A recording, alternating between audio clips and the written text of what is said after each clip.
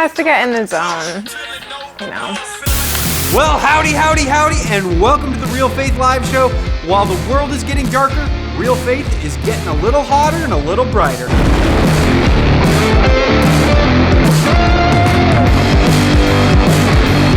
Welcome to the 100th episode of the Real Faith Live Show!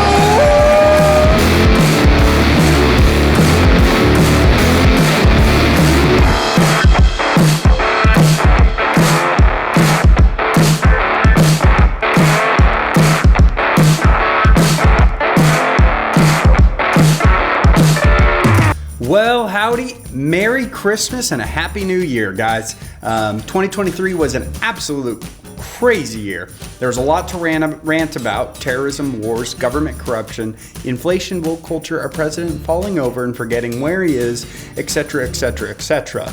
Guys, it's been a wild year, and we're going to take a day to recap that a little bit. We're going to look back on all of the best content from this year, all of Pastor Mark's best rants in 2023. This year, we're proud to say at Real Faith, we reached 500 million views. So that's a lot of eyeballs seeing Jesus. So we're trying to get Bible teaching out to the entire world. So buckle up, because this buffet of the best Pastor Mark from the last year is going to be awesome. Before we get there, let's take a look at some of the incredible things that happened at Real Faith in 2023. Take a look.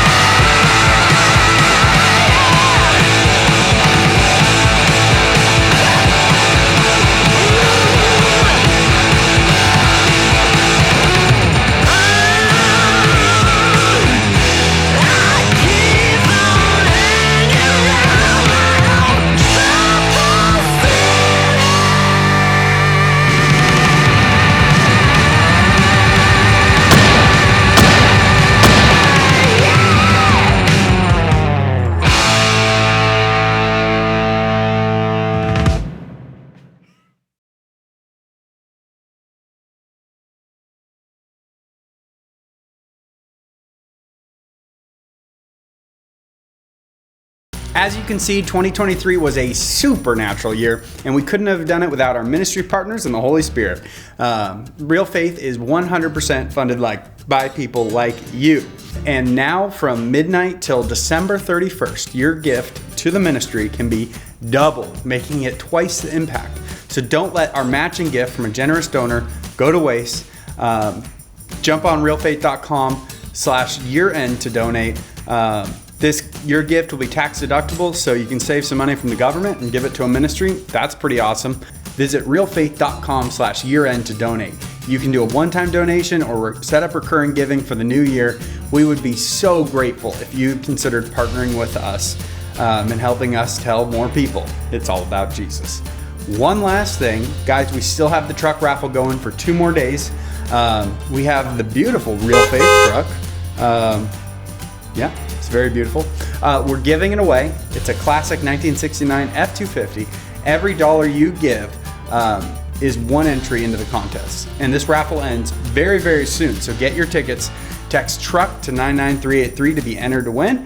TRUCK to 99383. Well, guys, I hope you have a happy new year, and it's sermon time. Some of you have been in church for a long time, and one of the worst things that we do in the church is succession. And usually there's a board, not a father, and what happens with the board is they treat the founder or the father like an employee. He comes to an age where they fire him or retire him, and then they have a long gap before they choose another leader. And they form a committee. Let me just say this. God so loved the world that he didn't send a committee. Charles Spurgeon, a Baptist preacher, I'm way off my notes, but he said one time, he said, I love committees. The best one is 3 men, 2 of whom stay home. And so what happens is then they form a committee, and then the committee spends a few years arguing over what the ideal candidate would look like.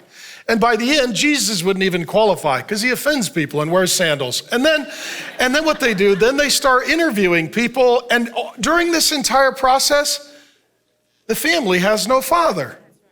The church family has no leader. And they're like, where are we going? What are we doing? What is the plan?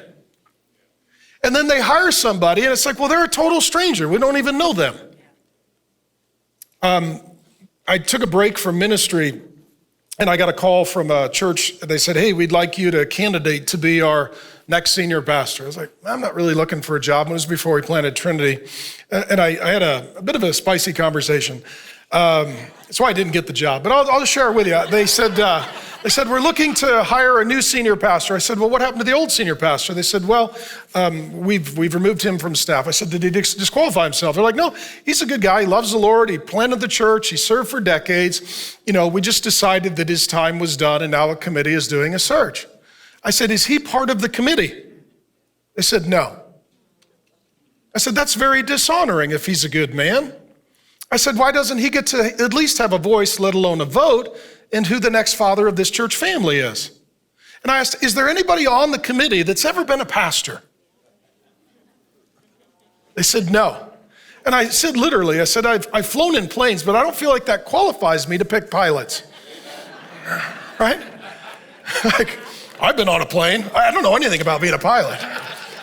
You've been in the church, but you know anything about being the leader. I was like, so nobody on the committee's ever been a pastor, let alone a senior pastor. The one guy who's done it for decades, he doesn't get to be a part of the decision. I said, no, I can't take the job. I said, if you're going to treat the leader that way, why in the world would I want to be the leader? I said, in a healthy church, what should happen is like a healthy family, the senior leader goes from dad to grandpa. I'm in that process. We've got grandkids on the way. And so my hope and prayer and goal is someday, like, I'm dad, and then someday there's a new dad, and I'm grandpa. And grandpa gets to hang out with the kids and love the kids and stand up and say crazy things. And we forgive him because he's grandpa. Just so you know, that's where we're going. And so I see ministry in church like a family. Like brothers and sisters, and older men are like fathers, and older women are like mothers, and the church should do things like a good, healthy family. I'll just say this, and I think it's obvious. What do you think today the greatest fox in the vineyard is for marriage? It's your phone. It's your phone. Because your phone just demands to be the center of your life. The average person touches their phone a lot more than their spouse. The average person looks at their phone a lot more than their spouse. The average person listens to their phone a lot more than their spouse. The average person talks to their phone a lot more than their spouse. And if you don't manage the technology, what I'm telling you is this: it's just a fox that gnaws away at the vine of the relationship. Like, how come you never listen? How come we never talk? Why are you always distracted? When we sit on the couch, why are your hands on the phone rather than with me? I believe that technology is absolutely deadly if not properly managed for a relationship. And I believe in most relationships, it's just a little fox that gnaws away at the vine. When we're in the car, you're on the phone. When we're at the table, you're on the phone. When we're in bed, you're on the phone. Right? In the morning, you start with the phone, right? And here's what we tend to do. We would never have our phone more than an arm's length away. And if our phone would beep or buzz, we ignore everyone and everything to tend to the phone. I would just encourage you, practice the art of turning your phone off or destroying it.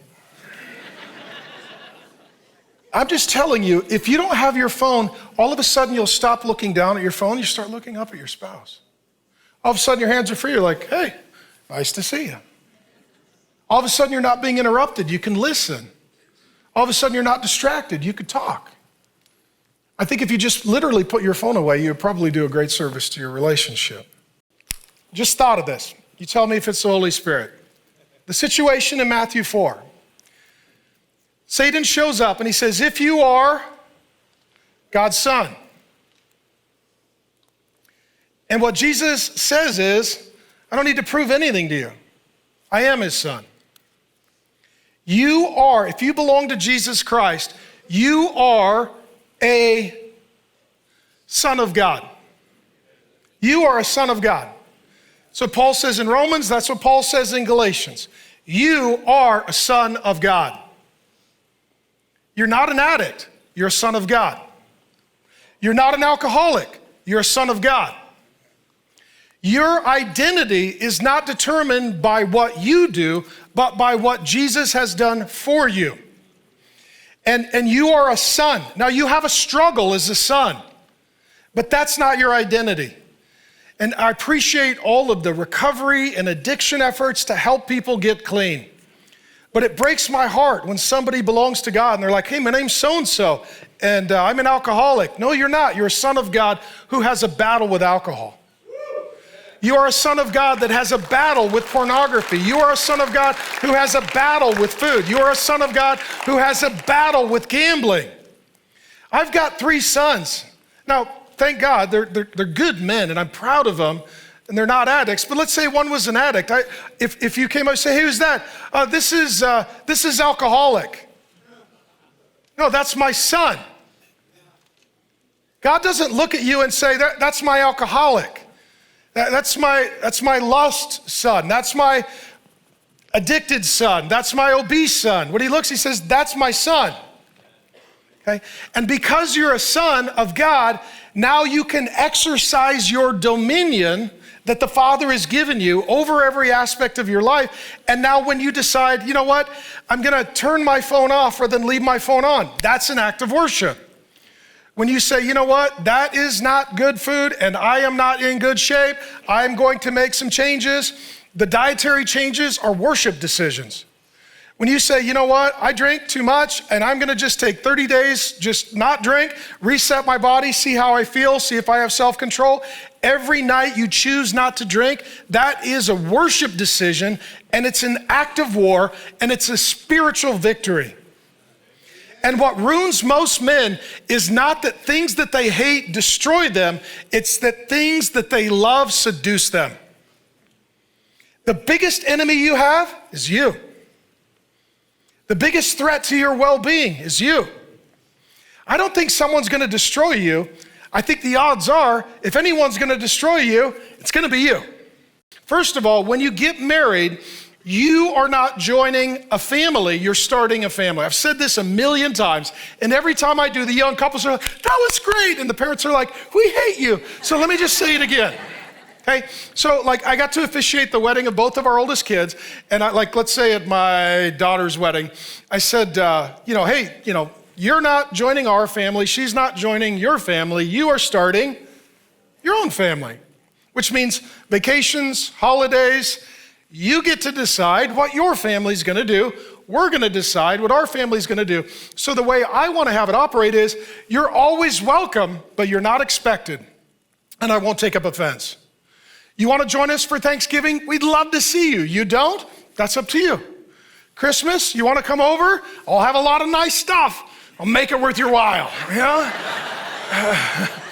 But if you don't wanna come, I'll keep it,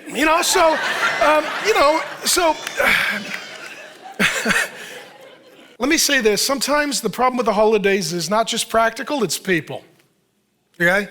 And I'll say that there are 3 kinds of people in your life. I call them positives, negatives, and neutrals. Positive are, they love us, we love them, we enjoy them, they enjoy us, we look forward to seeing them, we have good memories, it just works, that's great, okay? Neutrals are, well, it's not awesome, it's not awful. We're not super excited about it, but it doesn't feel like a day at the dentist. It's okay, it's fine. And then negative is like, we're not looking forward to it. When we're there, we're trying to get out of it. And when we're headed home, we're like, why did we do that again? Oh, did you sense that? The whole room did this. Ooh, there was this emotional processing. So if you're dealing with someone who's negative, The person to have the conversation is whatever side of the family it's on. So if the problem is on her side, she needs to deal with that family member. If the problem is on his side, he needs to deal with that family member. If you cross that line, you will end up with a big fight and your spouse caught in the middle. And what happens is sometimes we tolerate things from family that we would never tolerate from anyone else. Why does Uncle Jerry always get to be drunk and annoying on Christmas? He's family. Like, well, you know what? He needs to either change his behavior or he needs to change his plans. Because what you're allowing then is the least healthy person to decide your most important days. Okay, and if they're going to set the tone and culture, either you've got to have a conversation like, hey, we love you. We'd like to enjoy you. These are some things that we're asking. If you can't agree to those, you don't need to come. And if the family doubles down and says, hey, you can't say that, you can't deal with that, we just sort of overlook that. And you're like, you know what? Not my family, not my kids. I don't want my kids in that environment. That's not working. So you know what? Either things change or we're leaving. We're not gonna be there. We're gonna exit out. Or you have the holidays at your house and you control the environment. So you know what? You can come to our house, but these are our rules. Number 2, soul, how's your spiritual health? Emotional health, first question. Spiritual health, Jesus said heart, soul, we're talking about the soul. And the Bible talks about your soul a lot. And some of you, maybe you're new to church, you're one person, two parts. You've got a physical body and a spiritual immaterial soul. Now the question is, what is the deepest, purest, truest part of you? We tend to think the body because it's what we're familiar with. But the deepest, truest part of you is actually the immaterial, invisible soul. How do I know? When you die and your body goes to the ground, what happens to your soul? It continues. You can live without a body, but there is no life without the soul. Therefore, the soul is the part of you that will last forever. Now, one day God will rise your body from the dead. But what that means is to be a healthy man, it's not outside in, it's inside out. We start with the soul and we will get to the body. Both matter to the Lord. But too many men are only focused on the body, strength, appearance, and they're not worried about the soul. So the question regarding your soul is this: how much do you think about your soul? And how is your soul? And how are you doing at tending to and caring for your soul? The Old Testament alone speaks of your soul. I looked it up at least 750 times, just the Old Testament. What's really curious, in our day, for those who try to treat mental health disorders or people who are struggling, they have something called the Diagnostic and Statistical Manual of Mental Disorders. The healthcare medical professionals, the psychologists, psychiatrists, they will call this the mental health Bible. And it diagnoses all of the different clinical, behavioral issues that human beings struggle with. In that entire Bible, how many times would you guess that it mentions the soul? 0. Our entire mental health industry ignores half of our being. This is where I do like the social sciences. I believe in counseling and trauma therapy. I actually like studying all of that. I think it's very helpful. But the only way for someone to really be healthy is not just treat the mind and the body, but the soul. And only the Holy Spirit really can do the work on the soul. And so for you to have a healthy soul, it's first acknowledging, like, I do have a soul. And then to ask yourself, okay, what is the plan for my soul? I mean, most of us have a plan for our body. Like, I sleep, I hydrate, I exercise, I eat. Okay, you've got a plan for your body. What's your plan for your soul? Okay. What's your plan for your soul? And here's the big idea. You're not a person with a body who has a soul. You're a person with a soul who has a body. That if you're not well at the soul level, you're not going to be well at any level. And so your soul is your greatest possession. Your soul is the thing that'll depart and be with the Lord upon your death. Therefore, your soul should be your highest priority. This is where I don't get guys. They're like, I don't have time for church and Bible study and prayer and worship. I have too much going on. Too much going on to take care of your soul? How do you possibly think you're going to have a healthy life with a neglected soul? Right? If who you are determines how you live, if you're too busy living to be growing, you're not going to be thriving. And so many men are like, I have time for the gym, I have time for work, I don't have time for my soul. I'm telling you, that has to be the first priority. And for your soul, here's what Jesus says in Matthew 16:26. For what will it profit a man? So this is a really good word for men. If he gains the whole world and loses his soul. What Jesus is saying is, hey, you could make all the money, you could rule all the nations, and you could rack and stack all the women. And if you lose your soul, you've made a bad bet. You've made a bad trade. And what Jesus is saying is everything out there is fine, but everything in here is more important. And I would just tell you guys, some of you need to work a little less and pray a little more. Some of you guys need to give a little less time to your hobby and a little bit more time to your worship. And that maybe you are starting to exercise dominion over external things, but you're losing dominion over your soul. Very crucial and important. Here's 4 things your soul needs. Needs presence, prayer, praise, and people. First, your soul needs presence. You're meant to live in the presence of God. So this is worship and prayer and spending time in God's presence. Prayer is talking to God, listening to God. Praise, singing. Your soul needs to sing. And I just want to honor you, men. When we started Real Men, nobody sang. I don't sing, I'm a grown man. And now you guys sing, okay? And you just need to know your soul needs that. And there's something really wonderful. It's a tremendous encouragement for other men when they see grown men worshiping in a masculine way. And it's not encouraging when you see grown men worshiping in a feminine way. I just like the frosted tips, the skinny jeans, the guy who cries with a guy liner and the painted nails. No. Okay, but the greatest worshiper, the greatest male worship leader in the Bible was David, who also killed giants and hunted large game with a knife. So that's my guy, right? That's how we want to sing and worship. We want to worship as men. We need to praise. And then lastly, you need people. God works through people, and we need each other. That's why we're here, so you guys can meet your brothers for the battle. So let me say this. Have any of you ever had an evil woman try to become friends with your wife? Let me ask it another way.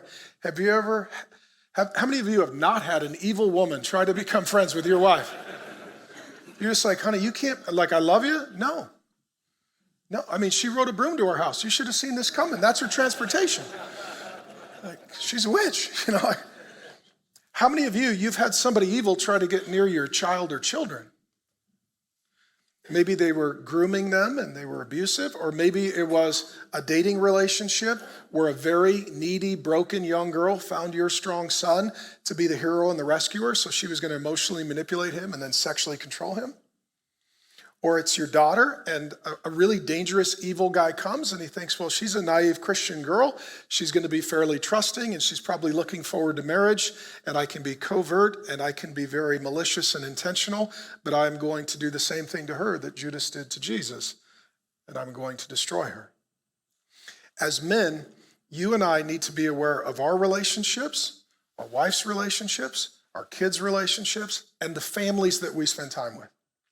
And I'm not saying that you need to be paranoid, but you need to be discerning. And I just feel inclined in the spirit to say this to the young dads. Be very careful who you leave alone with your children. Right? Sometimes parents are like, well, I'm going to just let them go play at so-and-so's house. Do you know who's there? Do you know who's coming over? Is there a crazy uncle? I mean, is there a big brother who's got a porn habit? What's going on at that house? And be very careful that you don't just release your kids to have overnight stays at people's homes. Because if you're not there, somebody else is in charge, and are they going to make sure that your child is safe? And so it's being aware of these categories. How many of you, when you got married, somebody said, we're so glad you're joining our family or the family? How many of you heard that? Okay? That was wrong. That was wrong. Here's what I tell my kids. I've officiated the wedding of my 3 oldest kids that are married so far. The same thing I say at all the weddings is this: he's not joining her family, she's not joining his family. They are starting a new family. A new family. A family that doesn't allow newly married couples with their children to form their own family. It's like there is only one family and everybody lives in the family system. And then everyone who is born, next generation into the family, gets added to the family system. You know what that is? Pressure. And so this is what a completely enmeshed family looks like. You've got great-grandparents, and then grandparents, and then parents, and then children, and then grandchildren, and great-grandchildren. And then the assumption is that whoever is the oldest gets to be in charge. That they get to tell you where you're going to live, and if you're going to go to church, and what church you go to, and how many kids you have, and where your kids go to school. And they want to sort of, in effect, operate as head of household and just give commands and demands and orders and say, this is what you need to do. Now, if you don't agree with those generations that came before you and the imposition they're trying to make on your family, then what they do, they will grab the other family members and they will form an alliance to pressure you to get in line because you're part of our family and that's how our family does it. Has anyone ever seen this? We see this all the time, right? It's Thanksgiving. Like, hey, you need to come to town and you need to stay at our house. You need to bring your spouse and your kids. It's Thanksgiving. We're all getting together. You're like, we don't want to do that. That's what our family does. You're part of our family. No, we have our family. You have your family. We're going to talk about this. And you are now my extended family, and my priority is my immediate family. And sometimes the way this works in a dysfunctional family system, they will start to manipulate or threaten. Well, you better do what we say or we're going to cut you out of the family. You need to do what we say or we're going to cut you out of the inheritance. You need to do what we say or we're going to cut you out of the family business.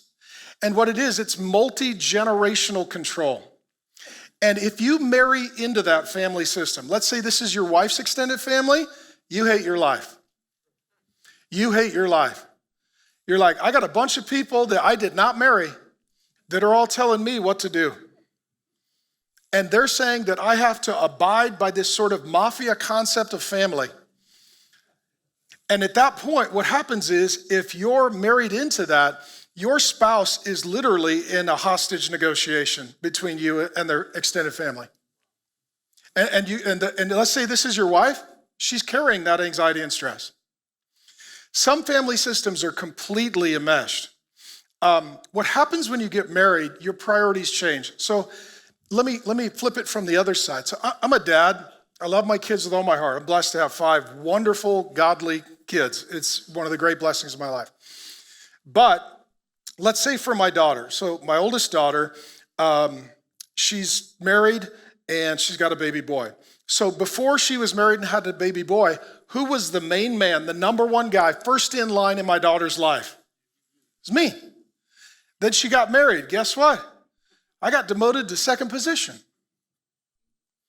When I walked her down the aisle and handed her to him, I literally was putting him in my place as the priority.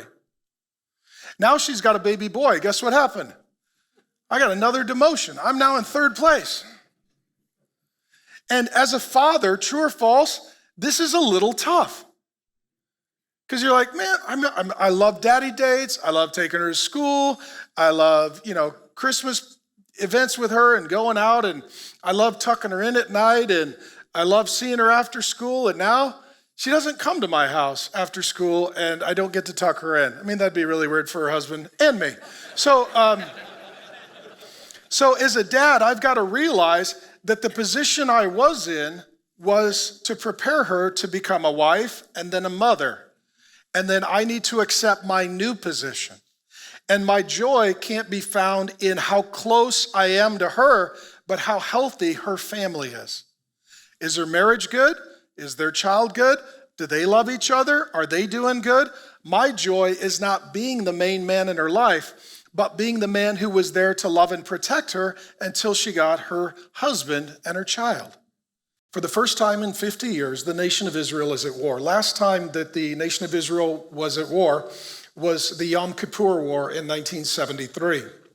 This is exactly 50 years plus 1 day from the Yom Kippur War.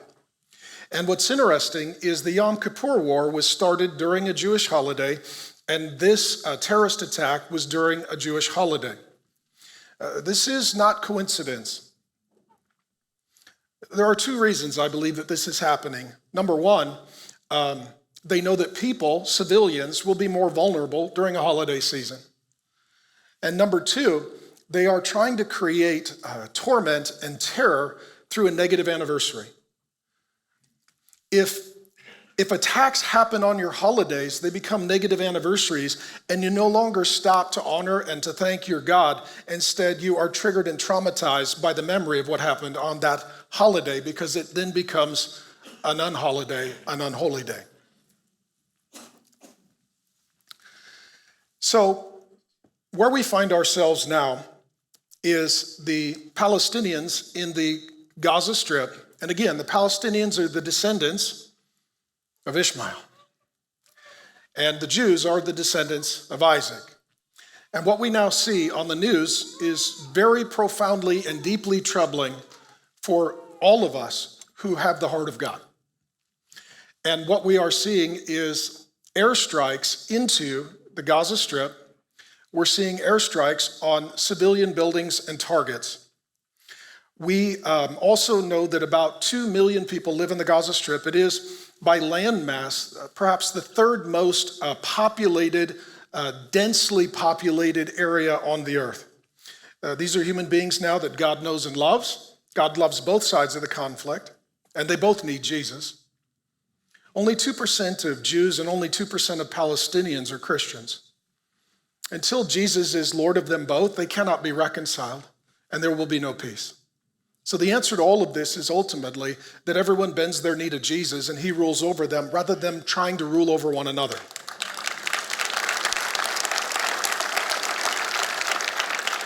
But right now, there are 2 million in Gaza, no water, no electricity, no internet. The Israeli army is preparing for ground invasion. This is going to get very bloody, and this will not be resolved quickly, most likely. This is a just war. I won't get into the details of just war, but this is a just war because this was a terrorist attack, not a military attack, on civilians, not an army. Therefore, corresponding strike of force is a just war. Israel is justified in this war.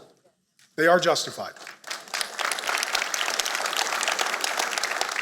And what the Hamas terrorist group has done is created something that counselors will call a double bind.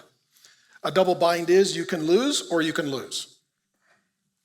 Now, if Israel doesn't strike back, they lose, because Hamas, this terrorist organization of Palestinians who are descendants of Ishmael, they will just continue to plot against Israel and attack. In addition, it will encourage other bad actors to do the same. However, if they do respond, as they are with airstrikes, the problem is they're having to attack civilian targets. This is leading to global protests. France had to literally call a curfew and shut down their country because they've let so many Muslims into the country. There's picketing and protesting and rioting. There were 50,000 on the streets, the news reported, in and around London, protesting for Hamas. In addition, in universities from Arizona State University to Harvard, we are seeing students rise up who are pro-Palestinian and pro-Hamas. And what they are calling out is the fact that civilians are being targeted. Let me explain to you why this is a double bind. The way that Hamas is working in the Gaza Strip, they know that they cannot win a war with Israel, and so they hide. They have munitions and operations in schools, hospitals, mosques. They have built underground bunkers under schools, hospitals, and mosques. They are hiding munitions in schools, hospitals, and mosques. Therefore, if you're going to send an airstrike, they have created a human shield of civilians. And if you don't attack them, then they will destroy you. If you do attack them, then the whole world will cry injustice. Injustice. Not everybody who goes to church is going to heaven. In fact, there's a lot of pastors they're going to be kindling. I've met them. They can comment online. We have a delete ministry standing by. I'll never forget. I'll just give you an example. I'll just verbal process a bit. I'll never forget. I was a brand new pastor, and I got invited out to speak at a conference in Florida to a mainline denomination, a liberal, progressive, woke, apostate denomination. A woke, apostate, liberal, progressive abomination / denomination. And when I arrived there, they wanted me to speak on how to get young people to come to your church. Obviously, this was a long time ago when I was young. And I got up and I said, well, you got to preach the gospel of Jesus Christ, for it's the power of God to everyone who believes, and there's no power apart from repentance of sin, faith in Jesus Christ. And I just went for it. And a couple of the pastors raised their hands. They said, what if you don't believe that? And I said, well, then you're a non-Christian, you're going to hell. Okay? And I was in my 20s. I didn't know you weren't supposed to tell the truth. I didn't know. And they looked at me, they're like, well, we don't believe that. And I said, well, then you're going to go to hell. I said, I hope no young people come to your church. I said, it says in the Bible, you're blind guides leading people astray. You cross land and sea, make them twice the son of hell. I just went for it. And at the time, we were next to Disney World. And so it was kind of prophetic, like where we're going. And now that I think about it, and I'm verbal processing. And so then they came up afterward. They're like, that was very offensive. I said, well, God's very offended. You guys went to school and you got a degree and you get up and you're false prophets and you lie to people and you don't preach the gospel. You don't tell them about Jesus. You don't tell them about sin. You don't warn them about hell. I said, you guys are an absolute abomination. I didn't even know there were people like you. And I had 3 sessions left to preach. I was done early. I went to Disneyland. I wouldn't today because those people have taken over. But nonetheless, they've taken over Disneyland. Or Disney World. Nonetheless, the point is simply this.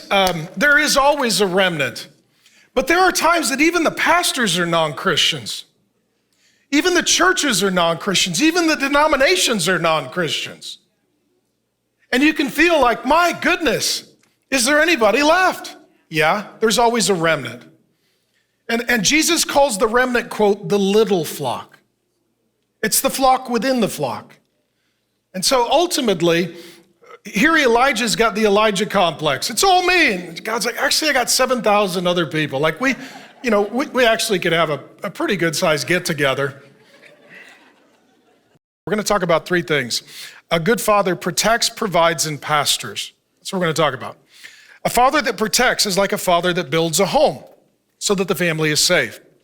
And then he provides so that there are resources for them to flourish in the home. And then he pastors, meaning he emotionally, relationally connects with the child to encourage and love them. It's protect, provide, and pastor. So let me start with number 1. A good father protects. Nehemiah chapter 4, verse 9. In this instance, Nehemiah is serving as the king of the nation's representative. He's literally functioning as the national father. He's going to rebuild the house of God. He is going to welcome the people of God. He is going to provide and protect for them. He is functioning nationally in a fatherly role. And here's what he says. We pray to our God and we set a guard as a protection day and night. And what he's talking about here is physical and spiritual protection. He says, we prayed because the war is against the unseen. It's against demons and powers and principalities in the unseen realm. And even if you don't believe that, look at our culture and just ask yourself, does it not appear as if some evil force that is unseen has overtaken every area of culture and declared war on children? That's the world in which we live. It's evil. So he says, we prayed, that is the spiritual warfare. In addition, he says, we set a guard as protection. This is physical defense. Every good man understands these 2 things. You pray for your family and you're on guard to protect your family. This is why a good dad will check all the doors in the house at night. This is why he makes sure when his kids go out, they've got a phone and they stay in touch. This is why if his daughter goes out with a boy, he runs a background check and a DNA check. and arm wrestles him to make sure the boy knows who's going to win, right? That's why you do these things. And this is why, too, a good man, if he's walking with his wife or his children, he will get between them and the road so that if someone gets hit, it is him. This is why your husband, if he's a good man, he will sit on the row at church, or he'll sit in the corner at the restaurant, and he'll keep an eye on the door. And you think he's paranoid, he's just protective. And then he speaks to all of us and to all of you, saying to hate the garment stained by the flesh. This is a peculiar imagery, but let me explain to you. It's quite magnificent. It comes from an Old Testament book called Zechariah. I think it's in Zechariah chapter 3. There is this imagery that he's quoting. Jude's a Bible guy. And there, I'll just use this analogy and I'll use it for you. So imagine that you're in the ancient world and you're wearing a robe. Let's say it's a light colored or white robe. And then every time you sin, Satan comes up and writes your sin on the robe. Lust, addiction, adultery, lying. Every time you sin, he writes it. And you have to continually wear it. And then every time you get drunk, there's a liquor stain. Every time you get high, there's a burn stain. And you wear it. And you've been wearing it your whole life. And it's disgusting. At this point, it is just completely filthy. And you're wearing it everywhere you go, and everybody knows, okay, that's your life.